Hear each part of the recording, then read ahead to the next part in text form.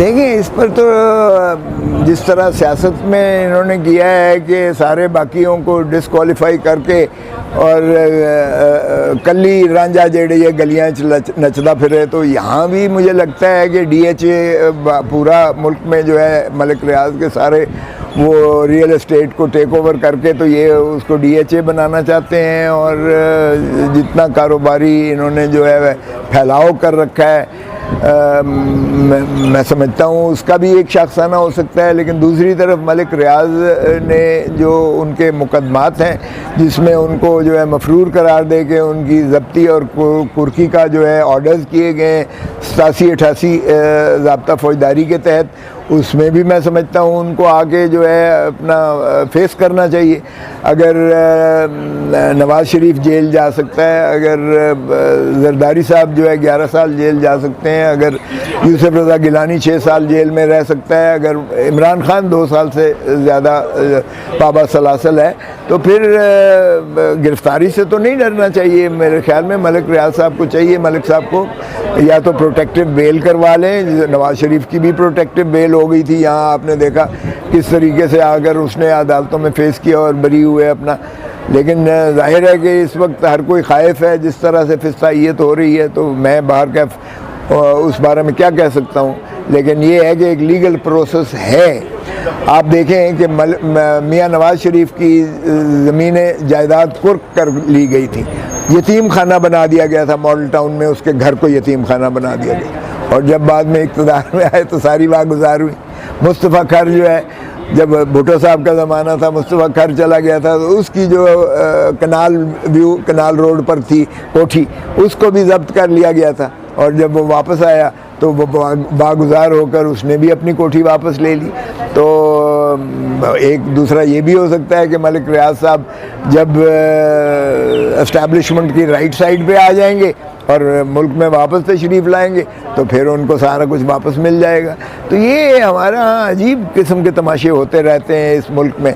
या तो ये है कि आपने उसको ज़ब्त किया हो, देखें ना 460 अरब रुपया ये जो कराची में सिंध में जो बैरिया टाउन बना है, 460 अरब रुपया सुप्रीम कोर्ट ने कहा कि ये जो मलीर कैंट की कराची का जो ज़मीन है, ये इसमें इन्होंने कम कीमत दी है। सुप्रीम कोर्ट ने 460 अरब उस पर जो है हर्जाना लगा के कहा कि ये अदा कर दें तो फिर ठीक है, बाकी जवाब है। तो 190 मिलियन पाउंड जो इमरान खान का था वो सीधा उस अकाउंट में, सुप्रीम कोर्ट के जो रजिस्ट्रार के नाम पर अकाउंट खुला हुआ था, उसी अकाउंट में आया था।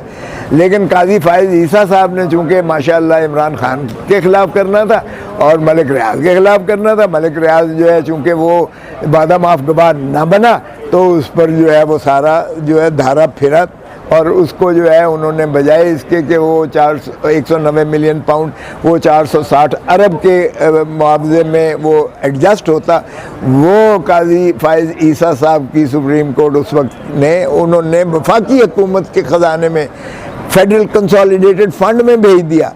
और वो माशाअल्लाह ये जो शहबाज शरीफ साहब हैं वो अपने उसे तरीके से मसरफ़ में इस्तेमाल करके वो अरबों रुपया जो है वो अपना जो है उसको अल्ले तल्ले में ख़र्च कर रहे हैं। कभी प्राइम मिनिस्टर हाउस के फ़ंड्स बढ़ा देते हैं, कभी प्रेसिडेंटशिप के हाउस में फ़ंड बढ़ा देते हैं, काबीना की तनख्वाहें बढ़ा देते हैं, पार्लियामेंटेरियंस की तनख्वाहें बढ़ा देती हैं। तो अशराफिया का पाकिस्तान है, चूँकि सारे लूट मार में शरीक हो जाए।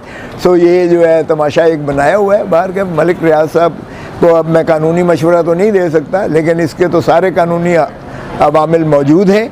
ये अभी जो ज़ब्ती और कुर्की हो रही है ये हतमी नहीं है, ये किसी सज़ा की पादाश में नहीं है, ये मफरूरी की वजह से 87-88 में ज़ब्ती और कुर्की हुई है।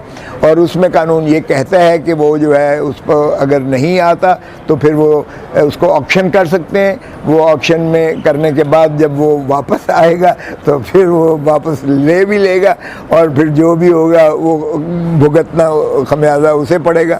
और हो सकता है कि ये उन्हीं के मनपसंद लोग हैं जिन्होंने ये जो है ऑक्शन में बिड्स दी हों, मुझे नहीं पता इस चीज़ का। लेकिन मैं नहीं समझता कि ये जो है एक ऐसा बिज़नेस टाइकून जो पाकिस्तान में जिसने एक जिद्दत के साथ जो है एक हाउसिंग कॉलोनीज़ बाकायदा बनाई हैं, और सारे पाकिस्तान में उसका एक इतना बड़ा नाम है कि आज जो है मिडल ईस्ट में वो जहाँ नया एयरपोर्ट, दुनिया का सबसे बड़ा एयरपोर्ट जो दुबई में बन रहा है, उसमें के इर्द गिर्द उसने सारी ज़मीनें ख़रीद करके उसने एक ऐसा बड़ा हाउसिंग प्रोजेक्ट बनाया है जिसमें वो खरबों रुपए आप देखें कि वो बनाएगा। उसका एक जीनियस है, वो बिज़नेस टाइकून ही नहीं है, वो बिज़नेस जीनियस है। वो फिर भी अपना जो है सस्टेन करेगा, सर्वाइव करेगा। अगर नुकसान हुआ है तो पाकिस्तान को हुआ है। जब तक वो इनके साथ था, right side of the establishment था, तब तक वो बहुत ठीक ठाक था, और तब तक वो जो है एक बहुत बड़ा बिज़नेस टाइकून था और एक बड़ा बिज़नेस मैग्नेट था और बहुत बड़ी एक शख्सियत थी। और अगर फॉलन फ्रॉम ग्रेस है तो हम वो उसको वारंट भी निकले हुए हैं, फैमिली के भी निकले हुए हैं, और वो पाकिस्तान भी नहीं आ सकता। तो ये सियासी मकासद के इमरान खान के लिए तो नहीं किया जा रहा ये इस तरह की चीज़ें? देखिए, उसका तो मुझे पता है, जरदारी साहब के साथ भी बहुत ताल्लुक़ था उसका, मोहतरम नवाज शरीफ साहब के साथ भी बहुत ताल्लुक़ था, क्योंकि वन हाइड पार्क उसी ने, हसन नवाज ने ही 50 अरब की बेची उसे।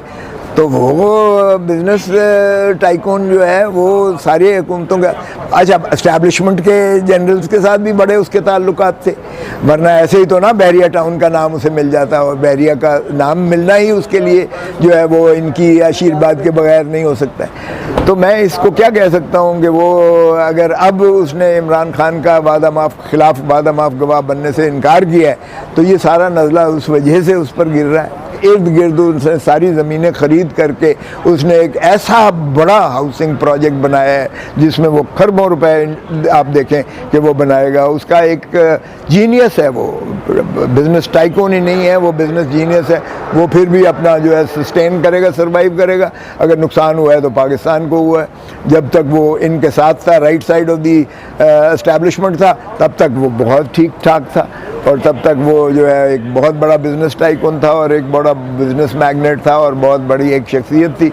और अगर फॉलन फ्रॉम ग्रेस है तो हम वो उसको वारंट भी निकले हुए हैं, फैमिली के भी निकले हुए हैं, और वो पाकिस्तान भी नहीं आ सकता। तो ये सियासी मकासद के इमरान खान के लिए तो नहीं किया जा रहा ये इस तरह की चीज़ें? देखिए, उसका तो मुझे पता है, जरदारी साहब के साथ भी बहुत ताल्लुक़ था उसका, मोहतरम नवाज शरीफ साहब के साथ भी बहुत ताल्लुक़ था, क्योंकि वन हाइड पार्क उसी ने, हसन नवाज ने ही 50 अरब की बेची उसे।